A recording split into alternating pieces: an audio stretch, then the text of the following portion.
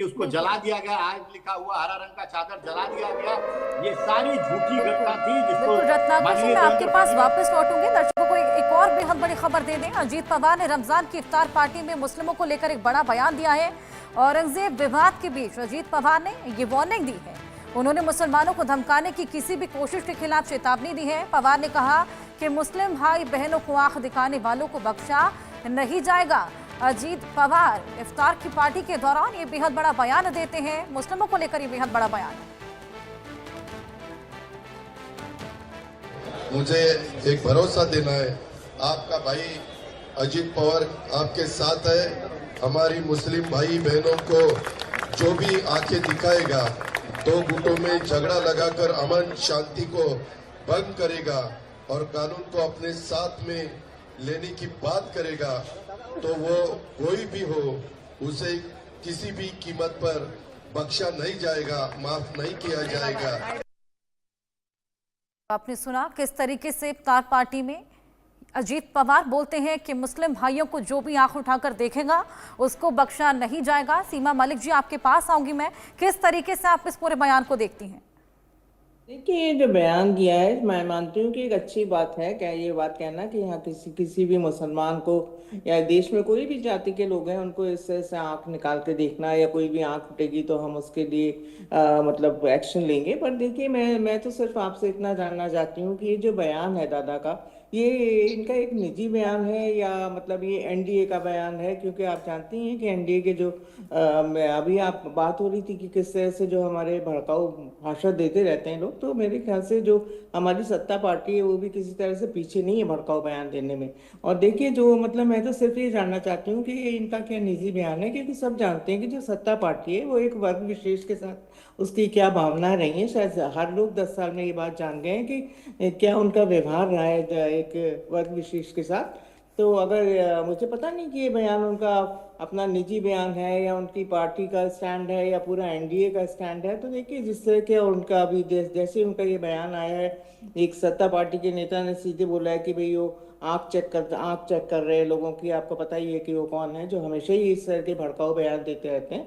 तो ये केवल एक पार्टी की बात नहीं है, ये जो केवल ऐसा नहीं है कि केवल ये समाजवादी पार्टी की बात है या किसी की बात है। कि मेरे ख्याल से सत्ता पार्टी के भी जो बहुत बड़े बड़े नेता हैं वो इस तरह के बयान देते रहते हैं, चाहे वो होली हो, चाहे वो कुंभ हो, और चाहे वो नागपुर का ये अभी जो एपिसोड हुआ है। और देखिए, जो ये सब जो कुछ हुआ है बहुत दुर्भाग्यपूर्ण है। और मैं तो सिर्फ ये कहूँगी कि देखिए, आपका इंटेलिजेंस डिपार्टमेंट क्या कर रहा था? जो आप ये कह रहे हैं कि ये प्रायोजित है, हर चीज़ आप विपक्ष के ऊपर डाल देंगे, अपनी नाकामियों को विपक्ष के ऊपर डालना ये कोई अच्छी बात नहीं है। और जब इतनी बड़ी घटना हो गई, वो जिसको कि आप बड़े बोलते हैं कि ये प्रायोजित था, मतलब पहले से सब कुछ डिसाइडेड था, तो आपका इंटेलिजेंस डिपार्टमेंट क्या कर रहा था? उनको पता नहीं था एक नागपुर जैसी सिटी, जो कि एक बहुत शांतिपूर्ण सिटी है जहाँ पर कि कभी ऐसी कोई घटना नहीं हुई, और आरएसएस का हेडक्वार्टर है वहाँ पे जो थोड़ी ही दूर पर था, वहाँ पर अगर ऐसी घटना होती है, देवेंद्र फडणवीस जी की कॉन्स्टिट्यूएंसी है, नितिन गडकरी जी वहाँ से आते हैं, तो ऐसी घटना वहाँ पर होना मतलब मुझे तो बहुत आश्चर्य है। एंड जो भी पुलिस वालों के साथ हुआ है, जो भी महिला पुलिस अधिकारियों के साथ हुआ, हम उसको स्ट्रांगली कंडम करते हैं और हम चाहते हैं कि उसके ऊपर एक्शन हो। एंड जो भी लोग इसमें दोषी हैं उनके ऊपर एक्शन होना चाहिए, पर उसमें ये चीज़ मतलब एक सिलेक्टिव एक्शन नहीं होना चाहिए कि एक मतलब गुट के ऊपर हो और एक पे ना हो। और जिन लोगों ने भी संपत्ति का नुकसान करा है, आप कहते हैं कि हम उनसे करेंगे, अब पता नहीं उनके पास वो उसको कंपनसेट कर पाएंगे या नहीं कर पाएंगे। एंड फिर आप बुलडोजर की बातें करते हैं। सो मैं तो सिर्फ कहूँगी कि हम लोग जो है एक दिस इज बुलडोजर की बात करना, this is undermining the rule of law, है ना। आप देखिए, सुप्रीम कोर्ट का भी एक व्यक्तित्व आया था, मतलब जजमेंट आया था कि इस तरह से जाके किसी के घर पर भी बुलडोजर चला देना ये कोई अच्छी बात नहीं है। और देखिए, जिस तरह से मतलब उनके घर में और भी लोग होते हैं, एंड पहले तो आप उस पर बुलडोजर चला देते हैं because against the rules, and उसके बाद आप जस्टिफाई करते रहते हैं कि इलीगल थी ये बिल्डिंग या इलीगल नहीं थी। एंड उसी कॉलोनी में और भी बिल्डिंग्स होती हैं, वो भी तो इलीगल है। लेकिन सीमा जी, जिस तरीके से पुलिस कर्मियों को घायल किया गया था वो भी तो सही नहीं था ना? नहीं, बिल्कुल सही नहीं था। हम स्ट्रांगली कंडम करते हैं, उनके ऊपर हम चाहते हैं कि एक्शन होना चाहिए। जिस तरह से पुलिस वालों को मारा, मतलब कोई भी इस बात को जस्टिफाई नहीं करेगा।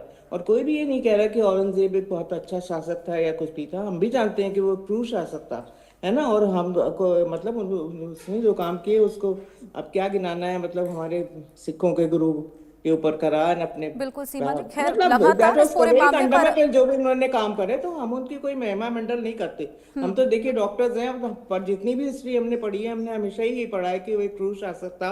एंड उसने जिस तरह से मतलब हिंदुस्तान में जो चीजें करी, तो कोई भी उसको अप्रिशिएट नहीं करता। पर ये बात है कि एक 300 साल पुरानी घटना है वो, देखिए।